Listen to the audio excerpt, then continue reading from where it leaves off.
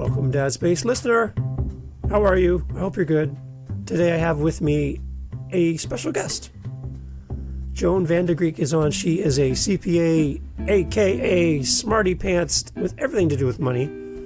Joan is coming on to talk about something a little different, though. Her relationship and the things going on in her home with her husband, who was serving as a police officer, injured on the job, and the challenges they face as a family and what she's had to do to basically be mom and dad with their two small children. So joining us, a little different episode, but I hope you enjoy it and I hope you can find it in your heart to reach out to Joan and to give her some encouragement from everyone here at Dad Space. Joan, thank you for sharing your story. Here we go. Okay, Dad Space listeners, so glad that you guys are with us today.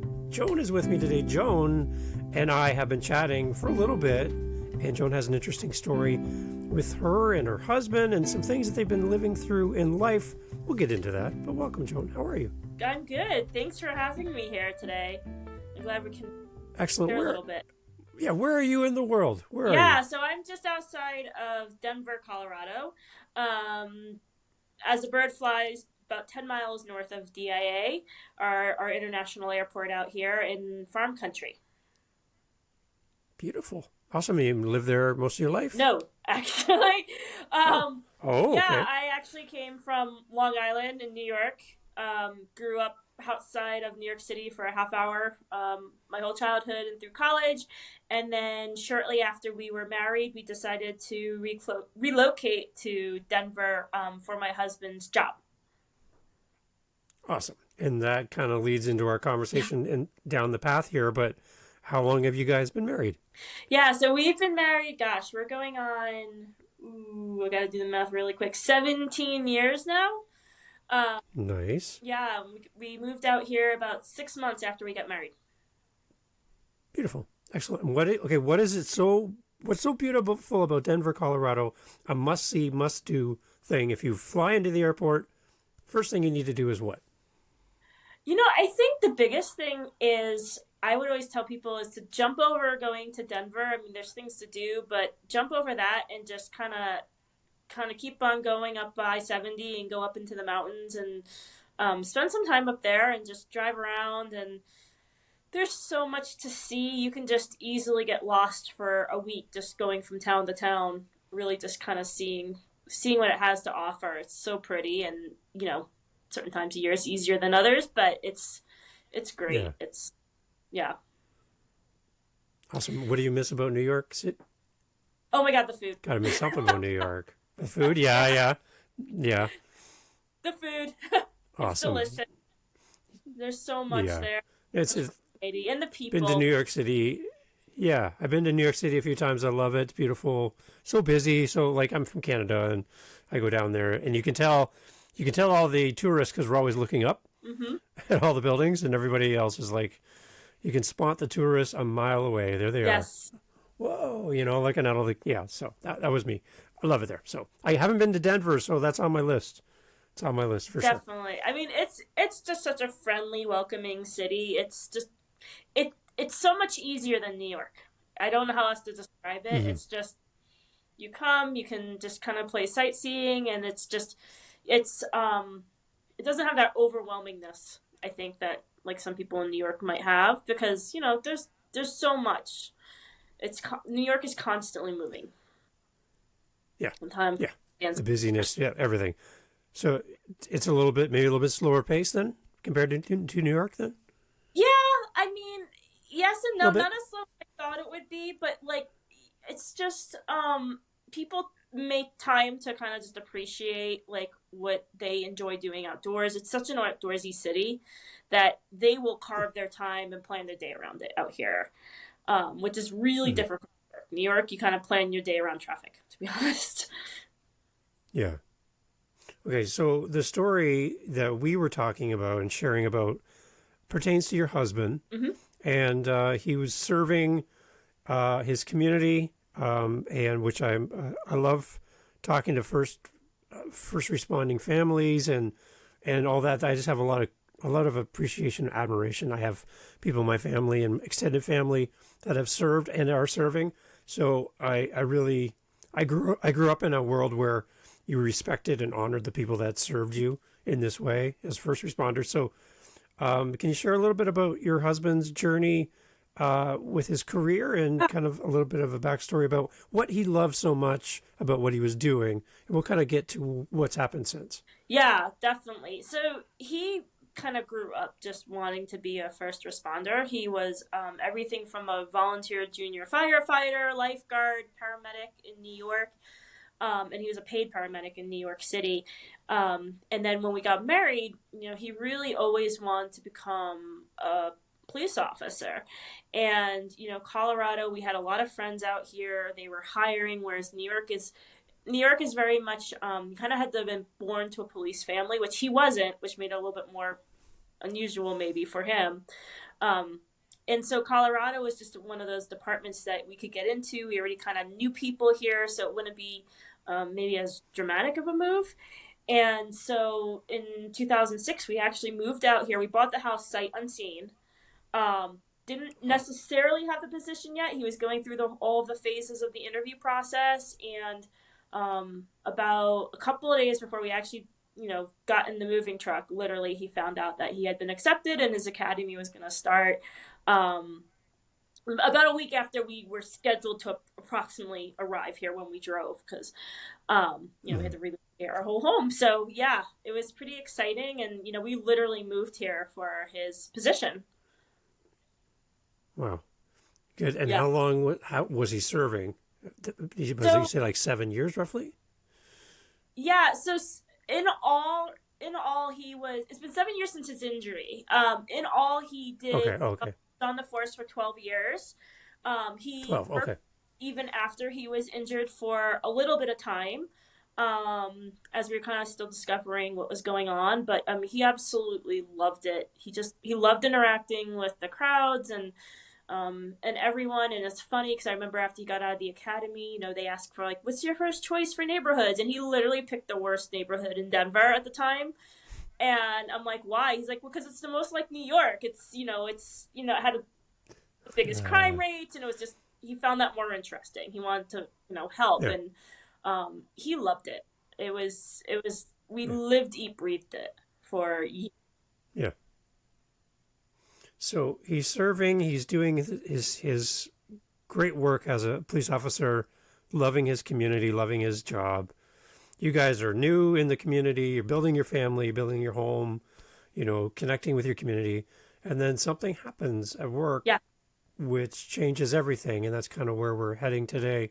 And I'd love to kind of just chat about that a little bit. Can you tell me, what happened that day? Yeah, it was super random. So I remember it distinctly. My daughter was about 7 months old at the time. She was our first child. And I got a call from his supervisor that he had been hurt at work. He had been in an accident. Completely random type of accident. He got kicked in the head by a carriage horse down on the 16th Street Mall. By Clydesdale. Kicked in the head. They took him to the hospital. They were checking him out at the time. They didn't do any imaging, even though he got struck in the head. They just, were cleaning him up, putting some staples in his head, and, more to come. They were with him at the time, and they were just trying to figure out, what the extent of all the injuries were. They thought it was essentially just a laceration. So my daughter and I, we were at a friend's house, brought her home. They drove him home. We were thinking, okay, he has a headache. Not surprising. He got kicked in the head by a carriage horse. And, it was kind of like, okay, go do some R&R, some rest, and he was on something what we call out here light duty, which is basically, you have an open head wound, you can't be out on the street, open laceration. So they assign you to the desk, and, the idea is just kind of like rest, but you don't have to like use your PTO or anything like that, time off, until you're healed up and cleared by the doctors. And so that happened after about a week. They were able to take the staples out, and still having headaches, which didn't seem so odd at the time. And then again, headaches, sleeping. We started noticing some little changes, and roll forward about 4 months later. I remember it was her her first birthday, we had a family member here who was a doctor, and we're like, hey, can you look at his laceration? It's still bleeding here and there, and the headaches are still bad. And he's like, well, that seems a little weird. He's an emergency room doctor. He's like, I shouldn't still be bleeding from time to time. It just wasn't like healing up and that type of stuff. And we basically started noticing, and that's the birthday kind of helps timeline it for me, is we were noticing more and more that he was argumentative, which he typically wasn't. He was a very we'd laugh because his friends always described him as a chipper cop. He was the happy cop that would like essentially he could arrest somebody and he would have them like laughing in the back of the police car. Like that's just kind of guy he was. Yeah. Okay. He was just very happy-go-lucky, and we have some of his friends are like almost annoyingly so. Like, dude, we're working here, and he's like, oh, come on, he's just, he just needs to detox and he'll be fine. We can't let him drive home, but and he was just that kind of guy. Like he tried to kind of, he's just super friendly. But we noticed that was changing, where he would just get really short-tempered. Losing things, just really kind of weird stuff like that wasn't normal, and he, of course, he was still complaining about all of the headaches, and so we went through the process. We knew we had to maybe we should explore this because he did get kicked in the head, explore it a little bit longer. So we tried to go through the process of like having workers' comp, reopening his case, and trying to get him medical care that way. They quickly started denying it, saying he just needed to drink more water and get more rest. And we're like, well, that's the problem, is he's not sleeping because he's got this constant headache. And that ensued. Finally, after a few months, we had to get an attorney to try to do that. Workers' comp still wouldn't do any of that thing to help him, and we ended up going through our private health care. And that's essentially almost a full year after is when he actually got his first brain imaging done. We did his first MRI. Wow.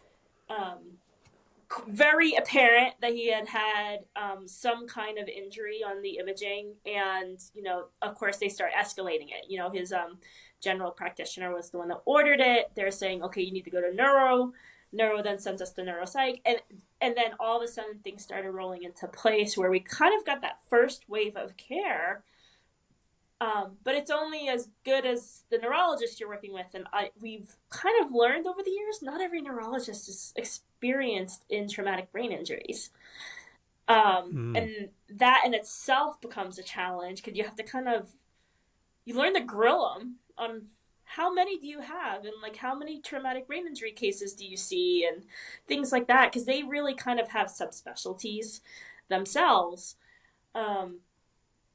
And in the meantime, he was still working. He still had the headaches. He wasn't sleeping.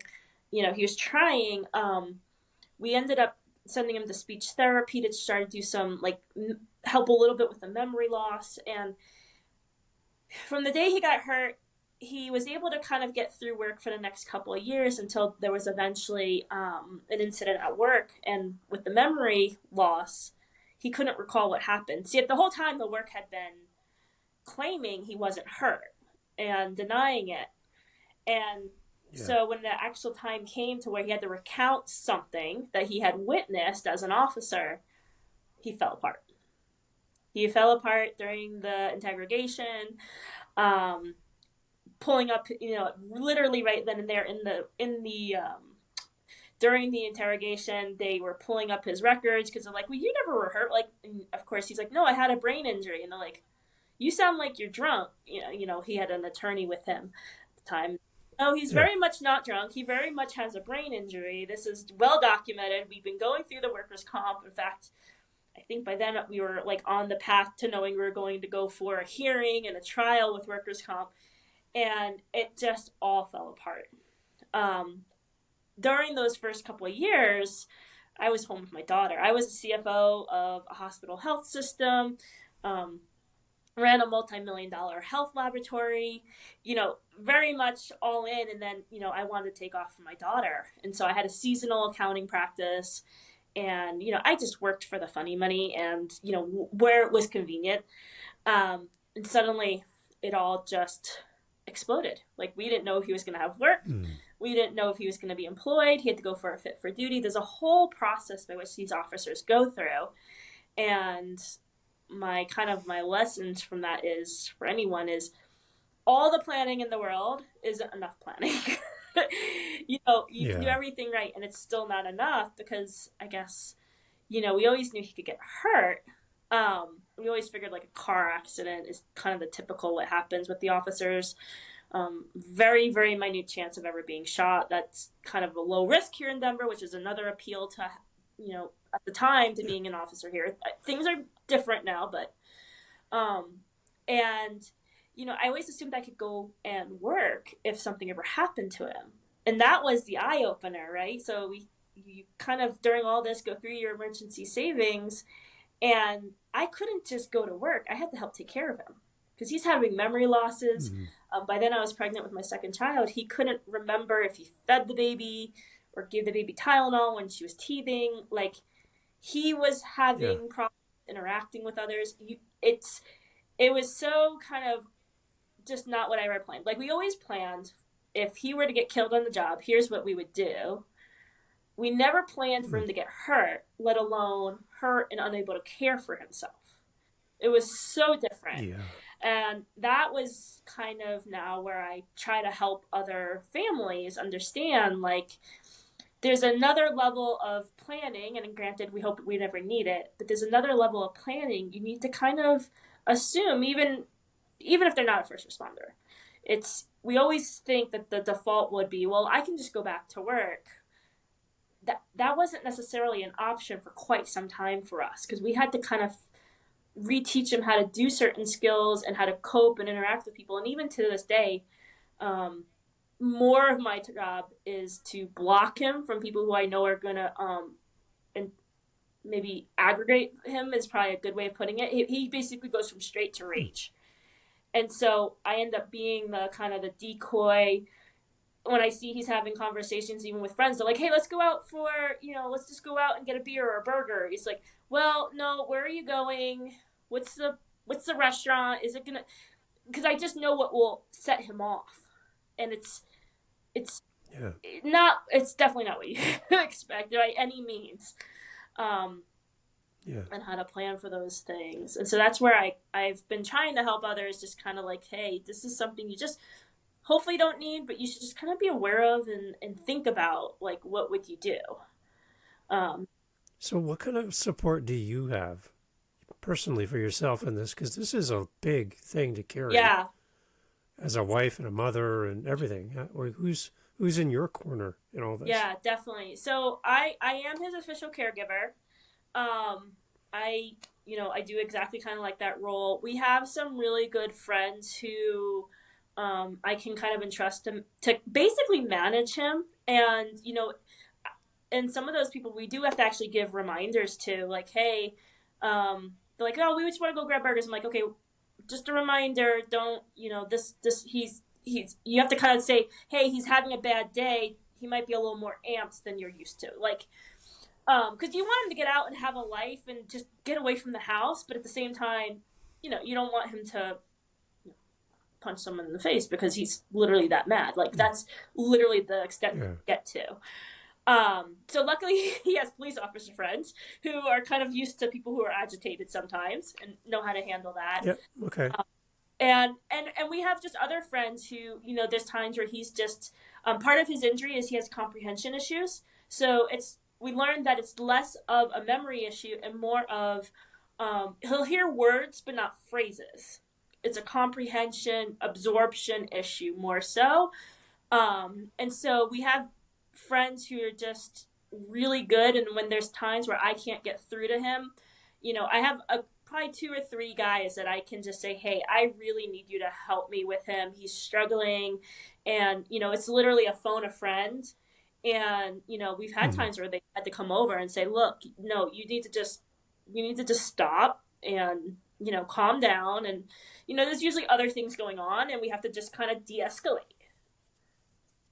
So. Yeah.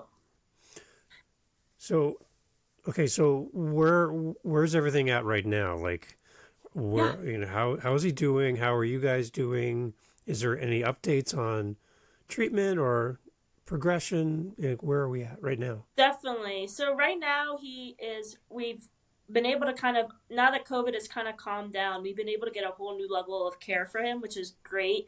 It's opened some doors to do some deeper testing and this kind of better understand what his disability is. Um, it's nice in that he's kind of motivated again to try to start working on it, because it was very demotivating for a long time because people just didn't believe that he was Yeah. hurt. And sometimes just people saying, hey, I can see where you're struggling is huge for him. So he's working with speech pathologists who are essentially teaching him how to remap his mind, and they do a lot of just kind of play work with, okay, in this scenario, what should you say? And not necessarily trying to understand the person talking to them. It's kind of just pre-planned, almost like an elevator pitch of, okay, just you Hmm. need to explain to them what's going on. Because he looks fine, right? He's walking, he's talking, he looks totally fine. But if you get him Yeah. agitated, there's just this kind of complete emotional reaction because that's part of his injury, where that little, I always like to say, that little Martian from Fred Flintstone, he's not there anymore. Like, it's just full throttle, no filters in any way, shape, or Hmm. form.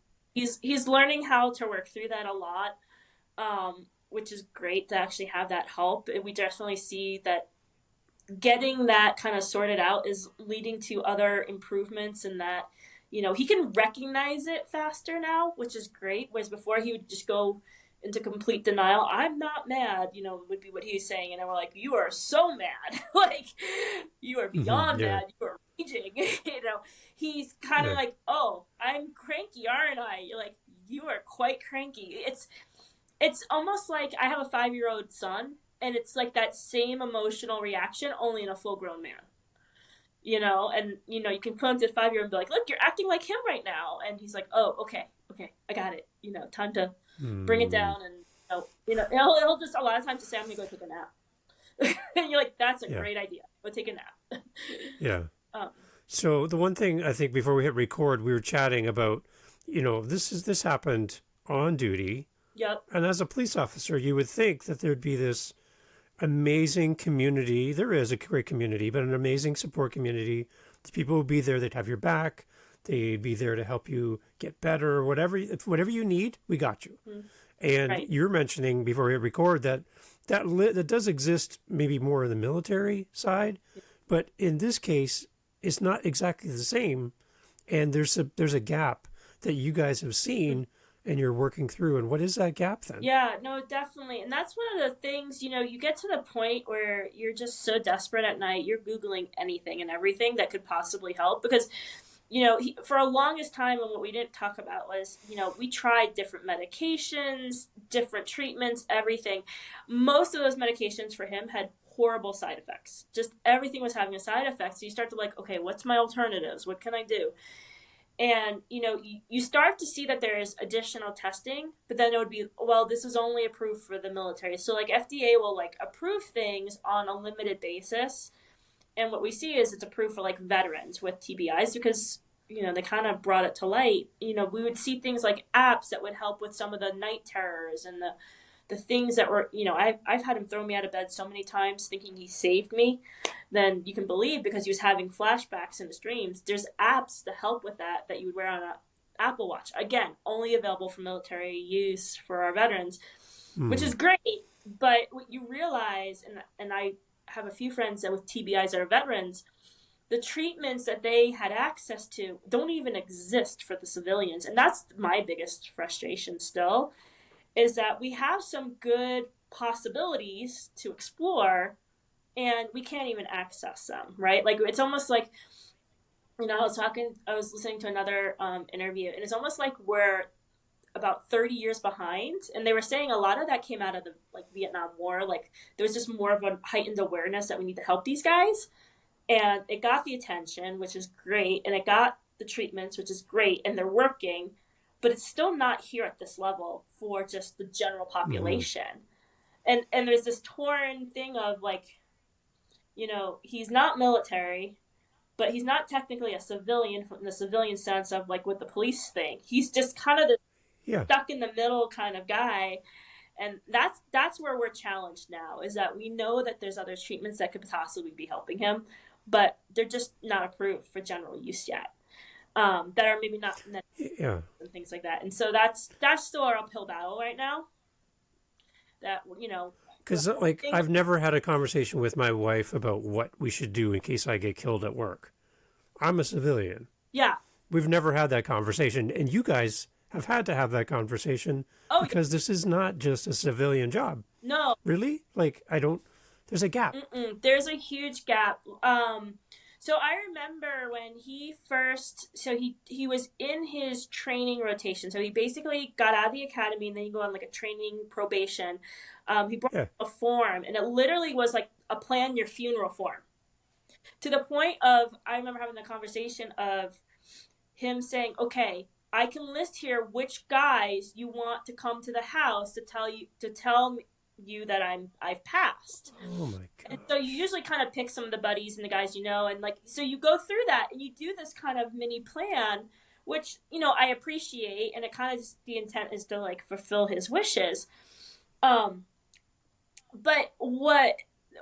we always know that that's always a possibility, but what we don't really think about, and I guess I kind of just assumed workers' comp would be there, because like New York, you always hear about the workers' comp cases, like there's a strong union there, and I just assumed workers' comp would be there financially.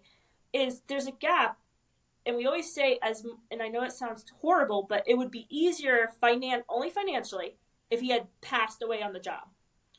Because if you die in your uniform, everything's automatic, right? That form kicks into place, your wishes are filled, there's pieces in place and insurance in place. The hard part is when you're hurt, no one believes you, which happens a lot more than you think, where you're hurt on the job and workers' comp denies you. And now you're unable to work. It's not like he just can't. He's a short fuse. He's unable to work physically and mentally. And I have to take care of him. So all the planning in the world did not help us plan for that. We had the life insurance. We had living benefits, which paid. So I have him reinsured. Essentially, I was able to take the money, put it aside. So I have money later for his care, because remember, we don't have workers' comp. So I'm going to pay for his long-term care, which is highly likely, statistically based on his injury, that he will need long-term care at a very young age. I have that set aside, but like, it's this whole new thing. Like, I overnight had to go from doing a little bit of tax work and audit work here and there to, all right, I'm all in caring for him, have 2 newborns, and I need to do business full time because I have to be at the house. I can't even go get a corporate gig, because there's days where he's just done. He's sleeping all day because he's in horrible pain, and I'm taking care of the kiddos. Mm-hmm. Like, so it's just this really strange dynamic where not that we would necessarily have all the answers, but there's little things I probably would have done differently if I had ever thought I would not be able to work full time. Like, I am working full time, but it's a huge talk about pivot. That was a huge pivot pre-COVID. Yeah. My exciting point is this year I have 2 kids full time in school, which is like, I have gained hours and hours a day just by having that. So nice. But still very much, I work from my home. My office works from my home. My employees come to my home. We have office space set up. We've taken over the whole basement because they just know there's times where we'll have a planned call, and I'm like, nope, I have to go do this. And they're used to, they're used to just saying, okay, let me move your appointments. Let me do this. Let me do that. Because Joan has to go take care of her husband or her kids, or it's just the way it is. Yeah. And you have to be upfront about that too, and kind of vet your client. So in all of this, that acceptance. Yeah. That's right. You're still. I don't know how you're doing all this, Joan. To be honest, I have no idea how you're doing all this. Yeah. So if there's a coffee sponsor out there, Joan needs coffee. Espresso. So in all of this too, Joan, your husband's a dad, right? And I'm sure he wants to be there for his kids. He wants to be there for you. He wants to provide. As a father, that's kind of my hard wiring. I want to be there and give. And to not be able to do the way he wants to do. and has to be frustrating on top of everything else. well, and that's a lot. That's, I think in some ways that's the worse than the pain. A lot of Mm. times, because pain, like the equivalent of how we explain it is, he's basically had a migraine for 7 years that peaks every day around 3 o'clock. But when the kids come home, of course, and they're tired, but that's, I think, the bigger frustration, and that's why that's where the friends are really helpful. It's very interesting. Our friends have really shifted. The ones that brought us out here and encouraged us to be out here kind of have evaporated, and the other friends that we weren't as close to have gotten closer. It's Mm. because people don't know how to interact. They don't know what to say. They don't know what to think. And some are totally okay with the fact that, like, hey, I need you. You might have to play a parent when you're out with him for a few minutes. Not, kind of like when you guys used to go out to the bars and one got too drunk. Well, he's not drinking, but he's too drunk. Like, you might have to step into that scenario. And it's interesting because a lot of friends get a lot closer that you may have not been close to before because they can kind of see it or they empathize with it. It's very different, and Yeah. that's a struggle. And that's, and I'm not just saying struggle. Like, there's times where I'm downright mad, like frustrated, because you're like, I thought you were your friends, and and then they would complain, well, he's not doing this with me. I'm like, dude, he has a brain injury. Like, get over it. Like, that's just the way it is. He can't Hmm. physically do it, or it's not that he doesn't want to. And that's I think probably way more worse than the pain is, and that drives depression, the insomnia, the anxiety. I mean, that drives a whole different bout of all of the side effects from this, for Yeah. all of us. But I mean, luckily, like I said, we have some friends that have just gotten closer to us over the years, and you know we can phone a friend, so to speak, and call him in, and Yeah. hey, he just needs to get out. Yeah. But the So, kids, they okay. don't know what normal is. I've had the No. phone Yeah. goes, hey, my kid says, the teachers called the nurse. She's like, your child says her head is just killing her, and like just going on, and like literally almost the words that she used were verbatim what my husband will say when he's having a flare up. And I'm like, she's in first grade, and I'm like, and like it seemed very exasperated, like, and she's like, this is a lot. I'm like, well, okay, so she's copying her father, and we have to have that conversation. Like, I know you think you have a headache, and you might, but it's not the same kind of headache, honey. At least it Yeah. shouldn't be in first grade a full blown migraine. Yeah. You see that in them, like they Yeah. just they think that's normal behavior, and then you have to like start to like kind of mold it if you can. But yeah, it definitely has a downstream effect for sure. So, Joan, before we close off, I want if you could pass a message on to your husband, just that I'm so grateful that that we had a chance to talk, but for the service that he's done in his life to help people, I hope that it comes back multiplied many times because he's given so much, right? That I feel as a civilian that someone in his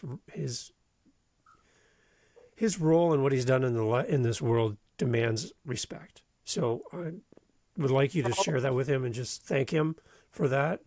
And from your perspective, Joan, we're going to close off. What would you say to someone who is living with someone in their home with a TBI? How, from your perspective, what is the one thing that you think caregivers need the most? Well, we need a lot, a lot of patience, even for us, right? Yeah.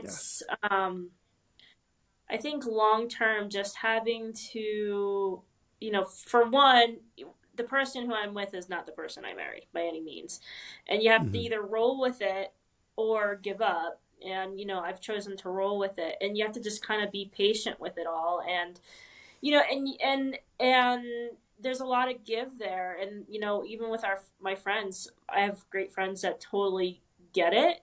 And then I have friends that just don't get it. And, I think as a caregiver, you have to just recognize that and just kind of do whoever's going to support you, and, not, just take it for what it is, and understand that there's some people that just, they don't have the capacity to support because they're just not wired that way.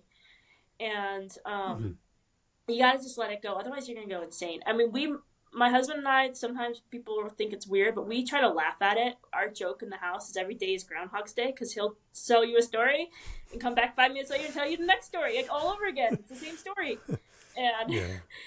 and then people, some people look at you like you're crazy. You're like, look, if you don't start laughing at some of the funny stuff that comes out of this, you're going to go nuts. So definitely just try to find where there's some humor in it and, not let it get to you. And then lastly, the biggest thing that helped for us was I learned a whole new perspective, and this is what I do. And I go out and I help my other police officer friends, the ones he worked with, and even beyond his department, is understand what did that transition and that lack of support during that transition, the financial leads to the emotional leads to the financial. It's all interrelated. It's just a circle. And, my skill set is accounting. I'm a CPA. That's my skill set. I try to help them understand with insurance, okay, here's how you can maybe plan a little bit better. And that if you came to me with this plan in place before the bad happens, I can guide you through this and I can get you through this. And so let's plan a little bit, hoping we never need it. And together, if it actually does happen, I can tell you, I can get you through it without, I don't want to say the mistakes, but the learning points perhaps of what is and isn't there. Because what we think is there is not, as far as support through work and through union. It's not. I had a great pension board that believed Greg, and they were wonderful, but that's separate from the union, separate from the workers' comp, separate from the Social Security. It's all separate. Mm-hmm. No one talks to anyone. And so if you just do a couple of little changes to how you insure yourself, not just for mortality, then, and that's what I do now, is we can make that work so that you guys can be financially whole, and you can focus hopefully on just healing. So to that end, Joan, how do people connect with you? And B, are you taking clients? Can people hire you and give you more income? Because that's another thing I'd love. Maybe they can't relate directly to what we've talked about, but they want to support you and your family, and they want to hire you and pay you. Then how do we do that? And it's very similar, even like not even for just first responders, but I would say anyone who's kind of a tradesman or any of that type of stuff, this is all still applicable, because you're maybe at more risk of having an injury, which is, I have a website, www.fetch, F-E-T-C-H, your wealth.com. And you can also email us at hello@fetchyourwealth.com. And we have a method here by which we can, we start with looking at your taxes, your finances, we untangle that, we look and we start to plan our protection and our strategy, and then we do the long term, which is, how to retire, how to plan for college. We have just a signature method that we can take anyone through, and I've used it. I survived with it, and we've also used it with other clients. And like I said, it's something that's proven. It works. It's simple, and I would love to help anyone, whether you're first responders or just any families. It's a great tool to use as you guys plan together, and hopefully you never have to use it. That living benefit part, like my husband did. That's the key. Is hopefully you never have to use it, but we can plan for it, and it's all in one. It's just one tool that we do for everybody. Joan, thank you for taking time out of your day. Again, huge respect to you and to your husband for all the things you've been through, but how you're making this work, how you laugh through it, and how you continue to show love for each other through times that I can't even imagine. So thank you for making time for us today and sharing your story. Thank you. Thank you for letting me come on the air. I really appreciate it. Thanks for listening to Dad Space today. Go check us out on all of our social media, YouTube, all that great stuff. You can find us as Dad Space Podcast. Real simple. Dad Space Podcast, whether you're on Facebook, Instagram, TikTok, even YouTube. Email us, dadspacepodcast@gmail.com. We're always looking for great guests to come on the podcast. If you have any feedback for us, let us know here at Dad Space. Looking forward to connecting with you on the next episode, right here of Dad Space. Follow us on your podcast app for more. Cheers. To you, Dad. Thank you.